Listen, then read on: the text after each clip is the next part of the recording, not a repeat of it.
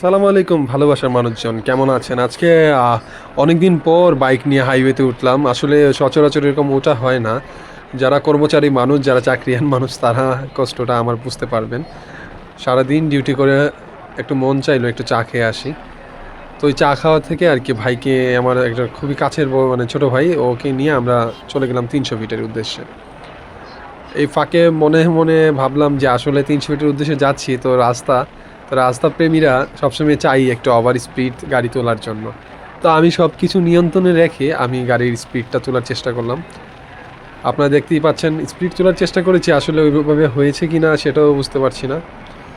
তবে চেষ্টা করছি কিন্তু নিয়ন্ত্রণে রেখে। তো যারাই গাড়ি চালাবেন নিয়ন্ত্রণে রেখে স্পিড তোলার চেষ্টা করবেন।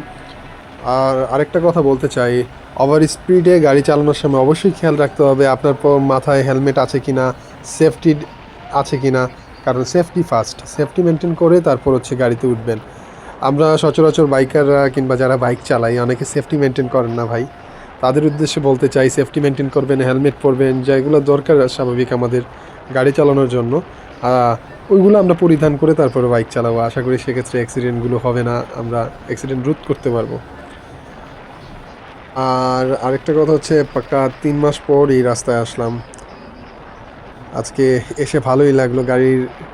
গাড়িটা অনেক দিন পর মাস্টার সার্ভিস দিলাম। মাস্টার সার্ভিস দিয়ে মনে হলো যে না, একটা রাইড দেওয়া দরকার। সব কিছু মিলিয়ে আর কি আসা আর কি এদিকে। তো আপনারা যারা এই 300 ফিট পূর্বাচলে আসেননি তারা আসবেন।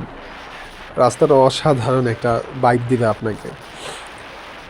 এটাই আর কি। তো আজকে ভিডিওটা এতটুকু পর্যন্ত দেখানোর চেষ্টা করেছি আর কথা বলার চেষ্টা করলাম আপনাদের সবার সাথে।